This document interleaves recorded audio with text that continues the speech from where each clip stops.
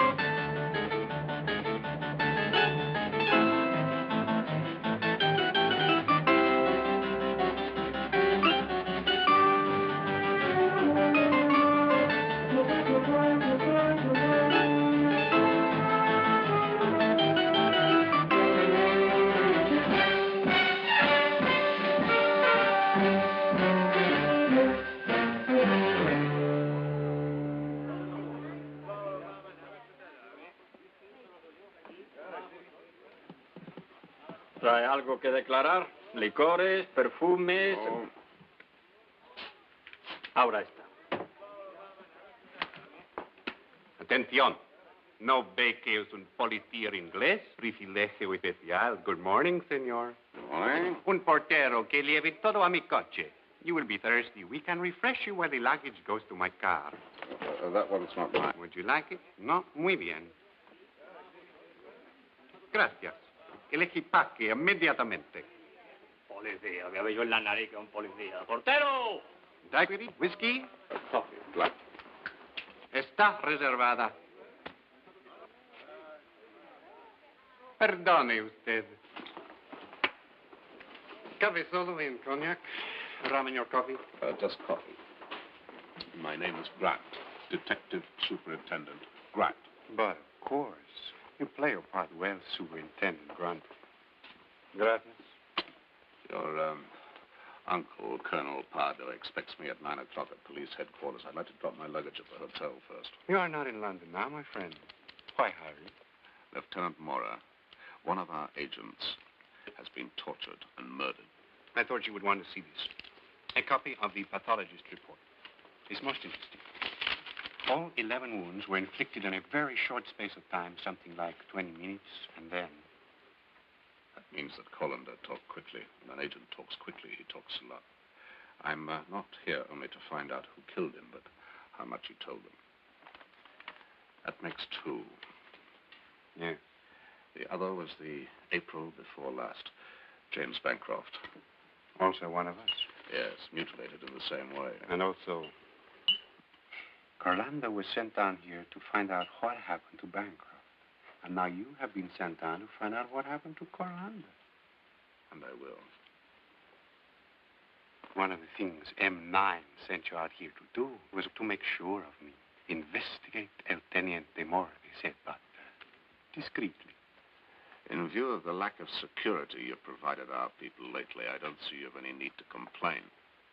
Please impress upon yourself. If at any time you make me think you can injure the confidence our department has in me, I need only go to my uncle, the colonel. Dio mio, I shall say to him. This superintendent from Scotland Yard is an impostor. He is a British spy. Terribile, will say my uncle, who is the only member of the family who detests the British, having once failed to marry one. Arrest him. He would then be imprisoned for life. The matter is impressed? No, but this is.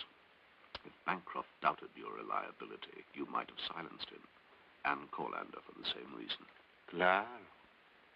To remain in confidence with our section, I would silence multitude.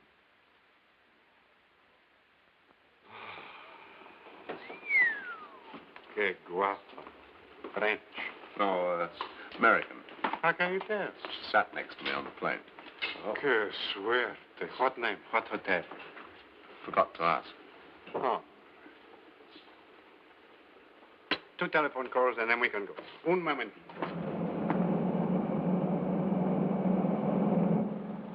Police headquarters are a long way out. We are not going to police headquarters. That was my first phone call. I canceled your appointment. What could you discuss openly with my uncle, the colonel, without compromising M9? You had a bumpy flight. You are airsick. You are excused. I wanted that appointment. I wanted to get at the official photographs. My uncle has authorized me to give you all the official photographs you require without reservation. Bring them round to my hotel as soon as you can. That was my second phone call. I canceled your hotel. You will be my guest at my house, so we can watch one another in comfort. ¿Verdad?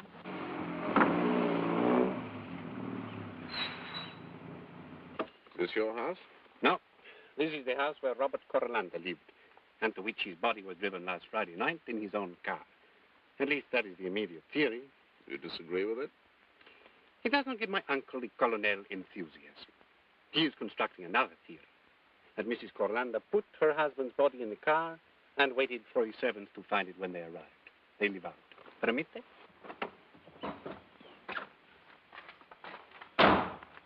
Mrs. Corralanda is an American, comprende? My uncle dislikes Americans. Huh? Why is that? He once failed to marry a rich one. He wishes the murder to have taken place in there, domestically. Could it not have been done in the car? No, the car did not accommodate violence. It has been examined with great care. So he had to be carried from the house afterwards, a dead weight. All this by a woman. If she had an accomplice, a lover, my uncle has requested me to expose one. In the dry cleaning business? Okay? Who cleaned up overnight? The police found no traces in the house of anything consistent with a remarkably savage murder. No, but that is not surprising.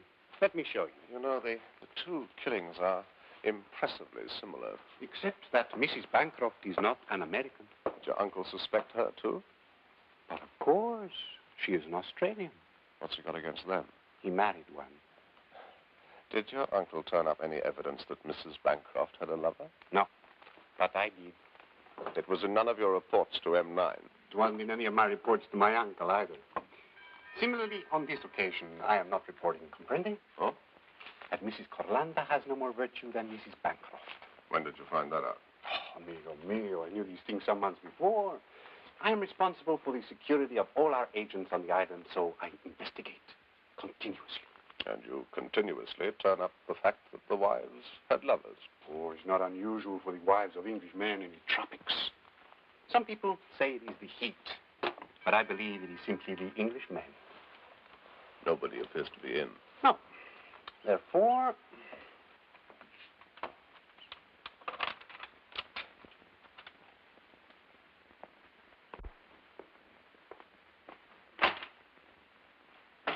as you see, designed for tourists. Note the style. Modern, hideous. Corralanda was a conservative Englishman. He used a fountain pen. To clean, merely wipe, and it is as bad as new. Note the floor. Terrazzo. There is dirt, there is blood, a bucket of water, forget it. ¿Verdad? The Corralanda bedroom. And Mrs. Corralanda. This is Detective Superintendent Grant of Scotland Yard. This is my bedroom. Would you get out of it, please? Nobody asked you either. But, Senora, we rang. But I didn't answer. And I'm not answering now. It's a pity. I've come a long way to talk to you, Mrs. Corralanda. I've been questioned. In a state of hysteria. Okay. But what I've said is all I've got to say. Get it from the handsome Teniente, huh? I'm sorry to intrude on your grief, but I have some questions of my own to ask you. And he must insist, Senor. In what? I'm an American citizen, remember? Your husband was British, wasn't he? Didn't you change your nationality when you married him? I changed nothing. Except my luck. Senor, the superintendent is here to investigate the murder of your husband. Surely you wish to help. Don't you want to know who killed him? When your husband traveled so frequently, did he always buy sugar? Invariably. For instance, can one buy sugar out of season? Or can one merely be unfaithful to one's wife? I try to demonstrate how you can help the superintendent, you see, and yourself. Perhaps you know a very jealous husband. Perhaps you know of a place to go and leave us. Perhaps. I shall go and see. May I? You know there's no habeas corpus in this country, so that if the police suspect you of withholding information, they can imprison you indefinitely, even if they find no cause to try you. In other words, till they find the murderer and try him. Okay. I thought of two things when Bob started buying sugar out of season. But what the Teniente said. It's possible. You know how I knew he wasn't woman hunting? You know what it's like to live with a man for 5 years when he stops being a husband after one lousy month? Unfortunately, I'm biologically handicapped in that direction, Mrs. Coroner. Sure you are. What's the other thing? Smuggling. Smuggling arms? Does it matter what? It's not likely to be anything else in this country. Who are his associates? I have no idea. Then how did you come to believe that he was smuggling? I was told. I see.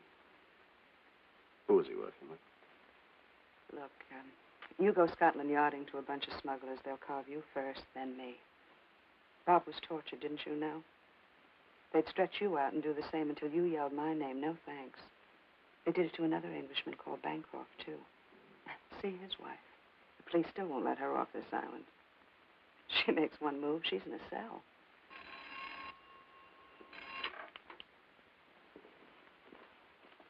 Yes, I am. How charming of you to recognize my voice upon so slight acquaintance. Would you get off my phone? It's Mrs. Dorsey. Hello, Stella, honey? Oh, the place is lousy with police. Oh, do you think so? No kidding. They're just about getting ready to leave. No, I'm glad you called, sweetie. I was just sitting around here wondering whether or not you'd like to come over or something. No, I can't go out. You know what black does to me. Mrs. Dorset is the wife of our Mr. Dorset. M9164. Comprende? When? Tonight? I tell you what, Stella, you do that. Yeah, you reserve a table, honey. The night Corlanda was killed, he was supposed to see Mr. Dorset. And the night Bancroft was killed, he was supposed to see Mr. Dorset, too. No, sure. Listen, I'm crazy about that voodoo bitch. You kidding? Hey, what about Louise? Louise being Mrs. Bancroft. Have you anything more to ask her? No, not her. Yeah, you know, the Merry Widows and all that jazz. You.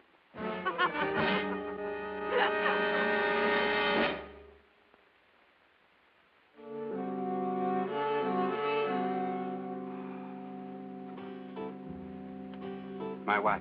Muy guapa. That picture was taken 8 years ago. No woman is beautiful at that age. It takes a man to make a woman beautiful. And children. You should see her now. Guapissima. We have 5. Were we not having 6, she would be here to greet you. She is at the house of her mother.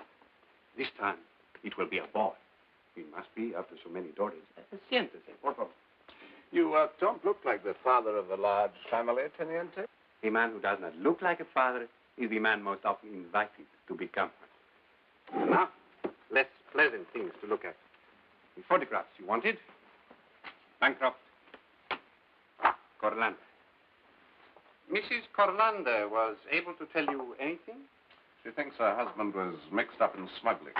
Oh, yes. She caught that from Mrs. Bancroft, who caught it from me. Rum? No, explanations.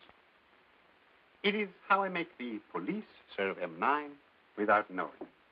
When I wish to screen an agent's security, I tell my uncle, the colonel, that I suspect that the man is smuggling guns. He details police who discover that the man is not smuggling guns, and I get a dossier regarding him and his contacts. Bien? How did Mrs. Bancroft hook on to the smuggling idea? Some months before the murder, I discovered that Mrs. Bancroft had imported a private detective to follow her husband. I went to her very promptly. I questioned her most severely and officially. I made it plain to her that we of the police suspected Mr. Bancroft of smuggling. So she then realized that his movements were unconnected with women, and she sent the detective home. And after her husband's murder, she confided in Mrs. Corlander. Claro. Mrs. Bancroft's lover. Who is he? A man who has never committed murder, that is enough. For your uncle, perhaps, but not for me. I want his name. It would not help you, and it would be indelicate of me to divulge it, because his every movement can be accounted for satisfactorily. Comprehend? Including the night of Bancroft's murder? Particularly including the night Bancroft was murdered. Where was he then? With Mrs. Corlander. During a convenient absence of the husband. The night that Corlander was killed? With Mrs. Dorset. During the convenient absence of her husband? See. Also one of our agents. See. So when do you expect Dorset to be killed? Okay. And which one of the wives of our few remaining agents do you expect Don Juan to be with that night? Amigo mio, this man you call Don Juan is nothing. I always know where he is. Invariably, the surveillance is total. What makes him move to the next wife before each husband dies? Clairvoyance? As you see, in the killing of each, there are enormous similarities. Is that not a monumental coincidence? There is a monumental coincidence concerning you, too. Coincidence and innocence are partners. Normally, you know our agents, but they don't know who you are. Is that correct? See, I break cover only if London orders. London ordered you to break cover with Bancroft. And London ordered me to break cover with Cortland. Is this the coincidence? No, the coincidence is that they both died the next night. I can give you another. On both occasions, Bancroft and Corlander asked me to do something for them, to get them false papers to cross the water. I therefore referred Bancroft and then Corlander to a British agent who could help them, Dorset. Yes, we have that on record in London from your reports, but not from Dorset's. Now, which of you am I to believe? First, you must find out whether he is lying before you conclude that I am. That means I must break my cover with him. Yes. That is a pity. It means that you are treading the same path as Bancroft and Corlander. And you know where that led? Arrange for me to meet him right away, would you? But if Dorset and I are accomplices... It'll be all the worse for you. Tonight, our three charming gringo ladies go to watch the voodoo dances. I have no doubt Mr. Dorset will be there. I leave the rest to you. That is Dorset. The name of the club is La Calavera.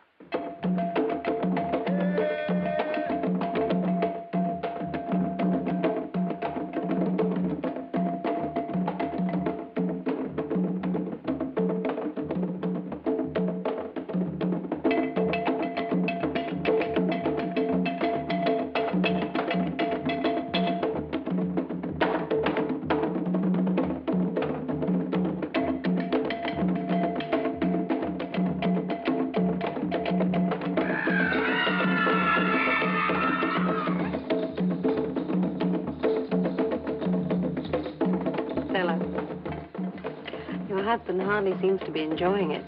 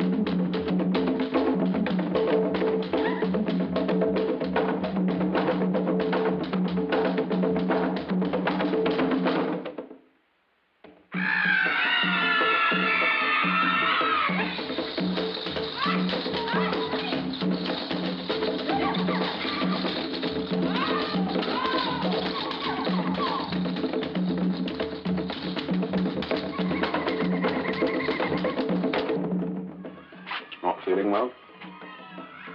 Fine, thanks.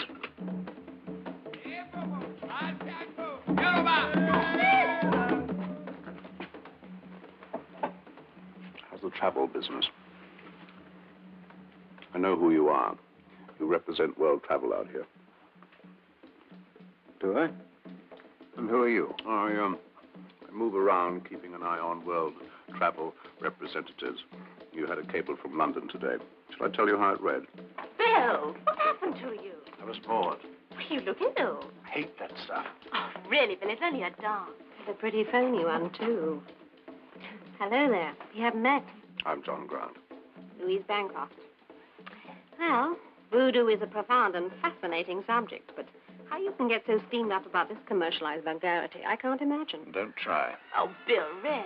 Forgive me, Louise, but profound and fascinating is a bit of an overstatement. I was talking about the genuine article. An excuse for sordid orgies of bloodletting.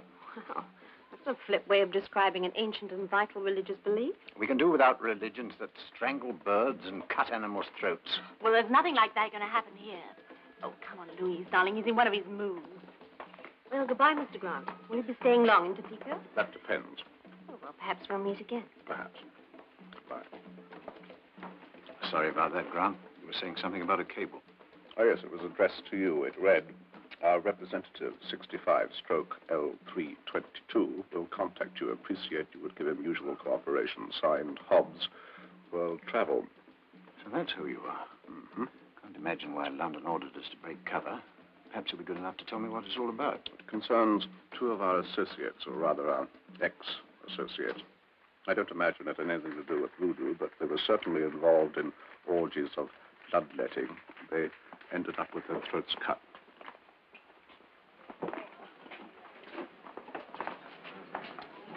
We can't talk here. Let's go round to my place.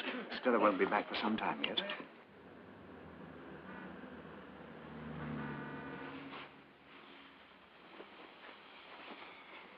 How do you like your drink? Plenty of rum? Without in this heat. How long have you had that? Oh, rather splendid, isn't it? Actually, a rich young oil man shipped it out here, smashed it up late one night driving with a film starlet, hitherto unknown. And you bought the wreck and fixed it up. No, my wife did. Get rid of it. My dear fellow, why? Your cover depends on people thinking that you're the employee of a travel agency, not a millionaire. Oh, I hope you find this flat appropriate. My wife detests it. The rent's quite negligible, as it ought to be. You pay it to your wife, or does she pay it to you? I beg your pardon? According to the local police, she owns this flat under island law. That's as good as saying it belongs to you. I'm not with you. And it's not only the flat that you own, but the entire block. Oh, my dear fellow, I'm quite positive the police have misinformed you. I'm quite positive they haven't. I've checked registers. I've spoken to the estate agents who made the sale. They've shown me documents signed by your wife. But you must know a foreigner can't go into business on his own here. Not unless he takes an islander as a partner. By custom, sleeping partner.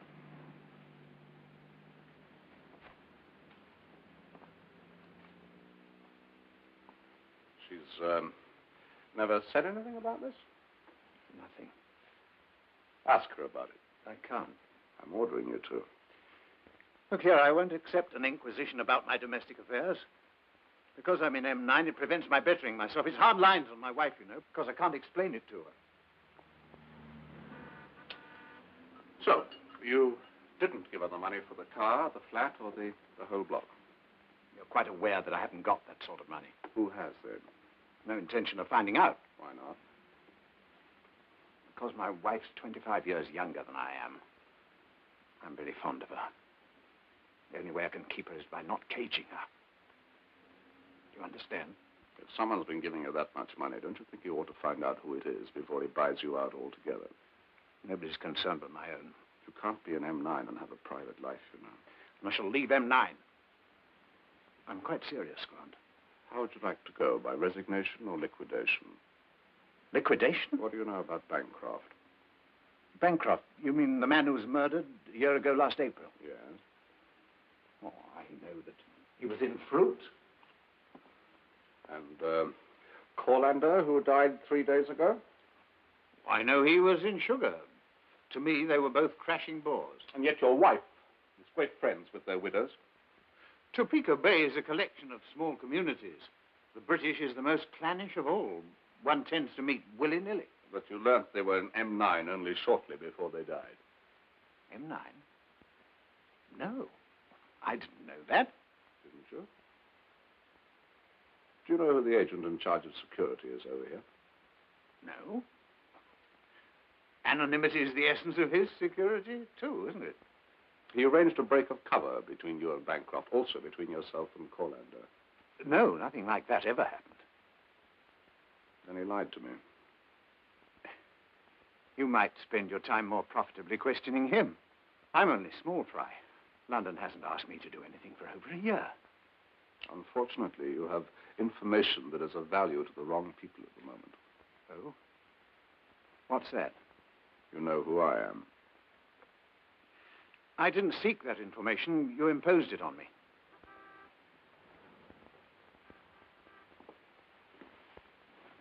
Are you going? Can I drive you? No, let's take a cab.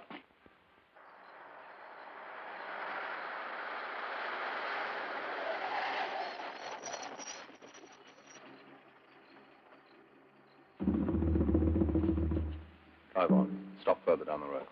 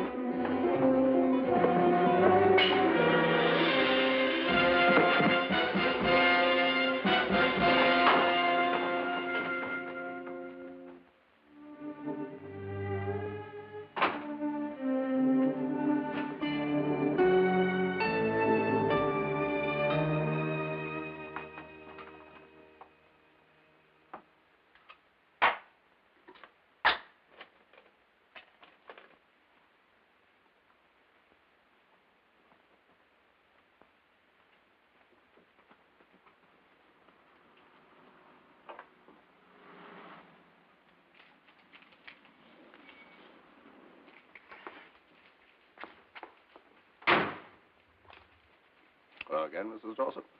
It's hot. Is the 10 yen tea in? No. Good. Then we can talk. Came to see me? Well, Drink? thanks. How did you know I was staying here? My husband told me. So you've been home. How much are you a Scotland Yard detective? And how much are you a man I can trust? In what connection? In connection with the local police may chuck my husband out of the country if they find out that he's a smuggler. You sound as if you think they will. Well, they're bound to. Unless he's murdered first, like the others. Look, my husband's made a lot of money. And it isn't through the travel business. I know, because he puts everything in my name. Lucky for you. It makes no difference. Under these local laws, anything belongs to a wife belongs to her husband as well. And you think he's making his money out of smuggling? What else? We live rather uncomfortably, as if he's trying to hide what he's made. You see. Have you told Mrs. Bancroft and Mrs. Colander about this? Well, they're my only real friends out here. Although I think perhaps you might be. What makes you think that? Well, it's like this. When Jim Bancroft died, they wouldn't allow his wife out of the country. And now the same thing's happening to Lorna. So if my husband's going to be in trouble, I want to know in time so that I can get out of this ghastly little island before the trouble starts. Mrs. Dawson, one could hardly accuse you of being infatuated with your husband. No. So this is my proposition. I'll help you find out about my husband. I wouldn't do it for the local police, but I'll do it for Scotland Yard. And in return, you tell me when I should start running. It sounds an interesting proposition. I'll have to think about it. Well, you do that, Mr. Grant. Good night. Good night. Oh, by the way, where can I get in touch with you tonight if I have to? At home? No, not at home. At Mrs. Colander's? I said I'd give you information about my husband, Mr. Grant. Not about myself.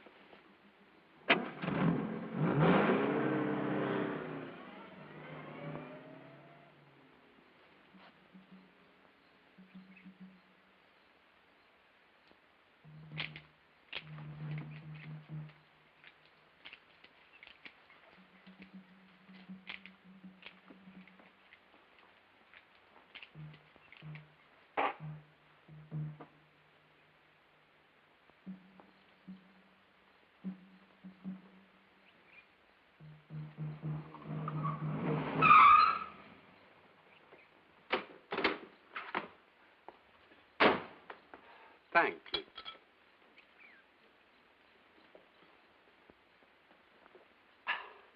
Why don't you have a drink? Yes. Did you have a pleasant evening? Yes, thank you. You interested in voodoo? Oh, yes. I used to be. You've got quite a collection on the subject. I have sometimes been to watch their rites. Unfortunate ghosts have been sacrificed, but never a man. At least, not so far. Am I still under your suspicion in some way? In many ways. It's too hot for generalities. Did you manage to meet Dorset? Yes. He says you lied to me. You broke my cover to him? No, of course not. You are a man to be trusted. I wish you were. I am. Dorset says that you never arranged a meeting between him and the other two. I find it deeply significant that he finds it necessary to lie. I find it equally significant that perhaps he did not lie. And did you see the lovely Gringo ladies at the club? Of course. And there have been a couple of visitors here since I got back. So late? Who were they? One was a stranger. He was in the house when I arrived, searching my room. What did he look like? I've got a photograph of him here. A brilliant superintendent. It will not take us long to find him. How did they both know I was staying here? Why should anyone know you were here? We police have many enemies. Perhaps he was an opium man. He may have been searching for a shirt I had worn, some of my hair, a paring of my nails, something I had cast off. What for? Opium men believe that the possession of things cast off gives them power over the owner. Interesting. But he didn't come here to find nail parings or dirty shirts. When we bring him in, we'll soon find out what he did want. And who is your second caller? Mrs. Dorset. That is a surprise. She's a liar, too. In what way? I asked her how she knew I was staying here. She said her husband had told her. But he couldn't have done. I didn't tell him. Ah, see, an enigma. Insisting a question, Who did tell her? There is another question. Whom did she really come to see?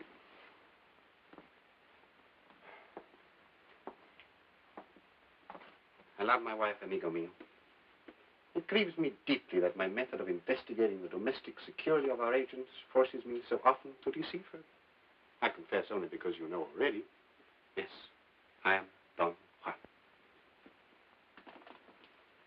I rely upon you to guard my secret. You're meeting Mrs. Dorset tonight. See? Where? At the beach. It's a bit late for swimming. I have a bungalow down there. It is small, but convenient. You sure she'll turn up? Do you think she would break an appointment with me? I wouldn't know. But I intend to tell Dorset about it. I refuse to believe it. She's with him now. I won't listen to any of this. Do you expect her home tonight? What? Do you expect her home? No, she's with Louise Bancroft. Louise has a bungalow down on the beach. Tell her She's often. at her bungalow on the beach, but not at Mrs. Bancroft's. She'll be at the bungalow to which this man first took Mrs. Bancroft, and before that, Mrs. Corlander. Now, look, I want you to understand this very clearly, Dorset. Either this man found out from their wives that Bancroft and Corlander were in M9, or you did when they broke their cover to you. Look, if you're really innocent, you'll do this tomorrow when she comes home. You'll blow yourself to her, you'll tell her that you're an M9, you'll turn yourself into a piece of cheese and place yourself firmly in the middle of the trap, waiting to be eaten.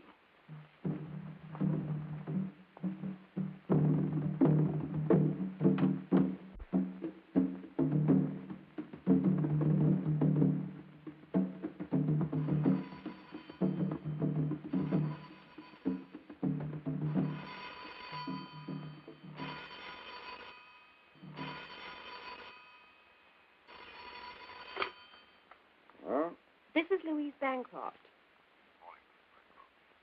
You do remember who I am? Yes, of course, we met last night. Well, that's something. You are interested in voodoo. Huh? Am I? I thought you were. Well, Well, you either are or you're not, Mr. Grant. what's your interest in the subject? I've been writing a book on the island. Voodoo plays a part. I thought you might be interested in visiting the local museum. The curator, Papa Camille, is the great expert. He'd like to meet you. The voodoo cult originally came from the land of Africa. As you know, Mr. Grant, our people were imported from there. And as they left in a hurry, there was no time to bring much with them. But there was one thing your European ancestors could not stop them from bringing: their religion, of which orpheolatry was the most distinguished feature. Orpheolatry? Mrs. Bancroft, I see your friend, Mr. Grant, is no scholar. Orpheolatry is? Snake worship. Yes, the voodoo sect. They obey the command of the serpent. Excellent.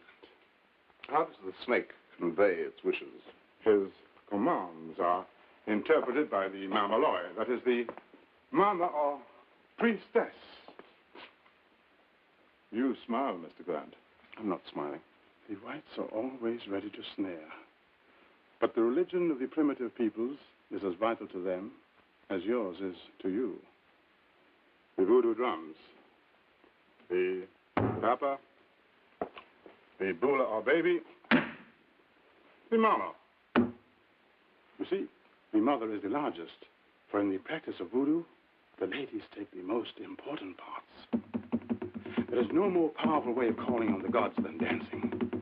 They drum and they dance, they drum and they dance, they drum and they dance, they drum and they dance, till the priestess is seized with convulsions, and she lifts her head, and she speaks. But not in her own voice, but that of the gods.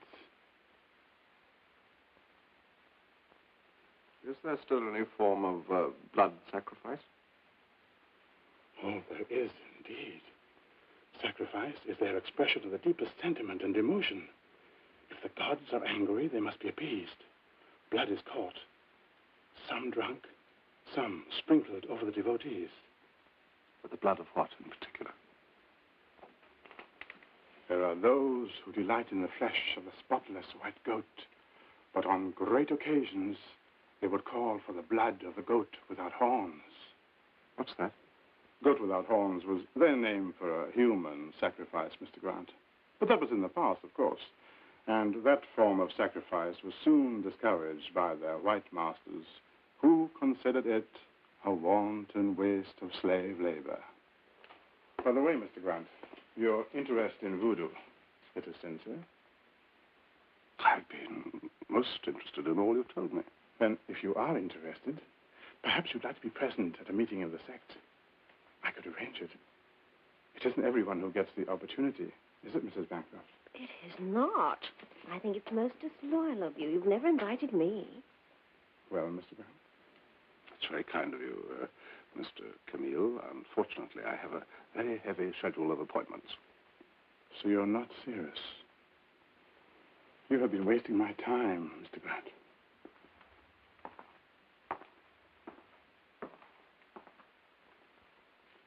And in ordering Dorset to reveal to his wife that he is an agent working for M9, on whom are you checking? All of you. Then let us consider the lady first. Mrs. Dorset is the longest shot. The theory is that now she knows her husband is working for M9, she'll sell him to the man we're looking for. In which case, after she sells her husband, the counter-agent will contact him to arrange a rendezvous. At a convenient place to kill him, as he killed the other two. Find your theory concerning Stella Dorset unconvincing. So do I, but it's the one that Dorset wants me to believe. Why? To clear himself. He was only too ready to establish that she'd been receiving money from a mysterious stranger, and to make it more convincing that she is promiscuous, which she puts across very well. So do you. I find your incessant suspicion of me depressing. Now that I've ordered Dorset to reveal his cover to his wife, if nothing comes of it, then she's in the clear. But if Dorset is the murderer, he will have to make sure that something does come of it.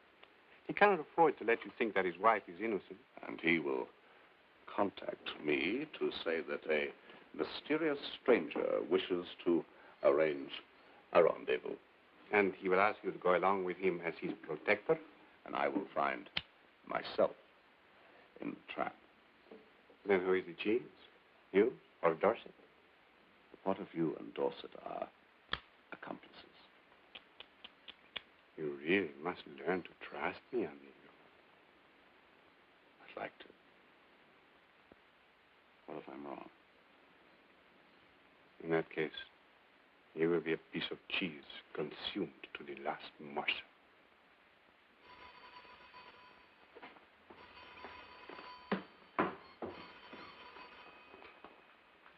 Diga, un momento. It's Dorset.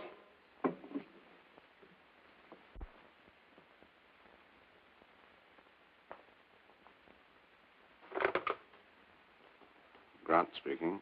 Is it all right to speak? You were right, it's come. An unstamped letter in the mailbox. What does the message say? Information for sale concerning the death of Corlander. When do they want to meet you? 11:30 tonight. I'll give you cover. I'm supposed to go alone. Don't worry. They won't see me. Where is it?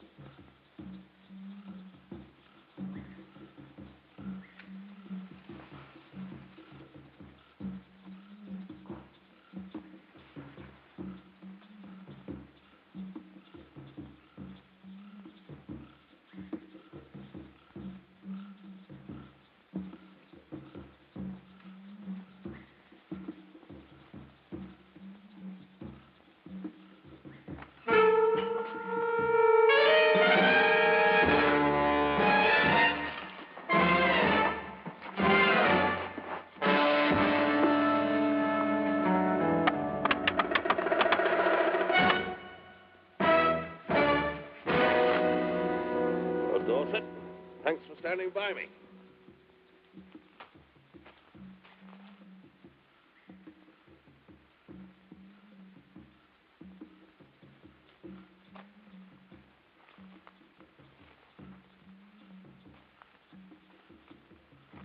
So, you changed your mind. You decided to come along after all, huh?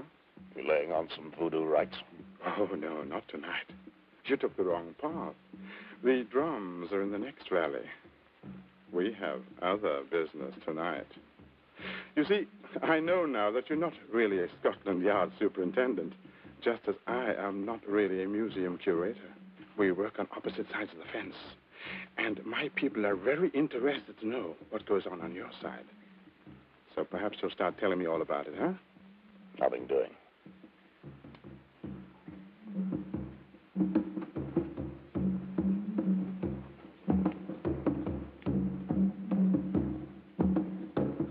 What's the matter, Dawson? Grant, for heaven's sake, tell him what he wants to know. Had to watch this sort of thing before, have you?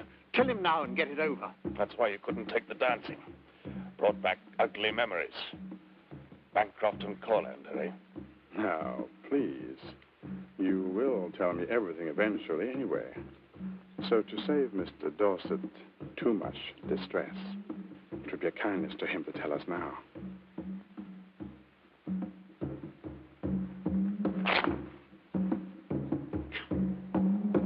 If you find it so repulsive, why do you work for him? Good paymaster? He works for me because he has to. And now, you are going to tell me all about your friends in London. Because you have to.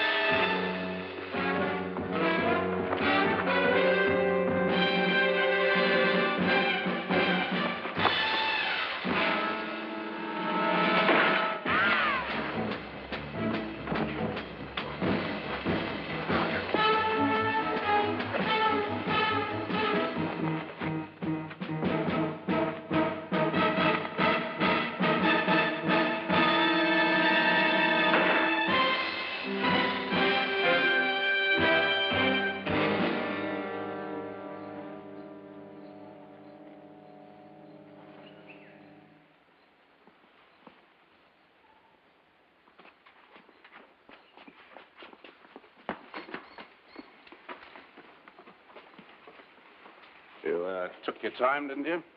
You were getting anxious? Caramba, caramba. When you get back to London, you'll be able to tell them what a splendid man they have out here. A man to be trusted. Of course.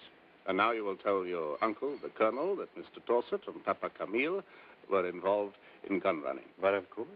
In that case, you will need the evidence. Veraki!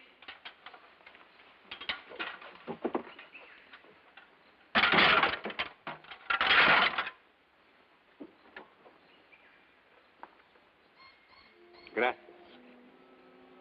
And if Mr. Dorset is wise, he will stick to our story. Yeah.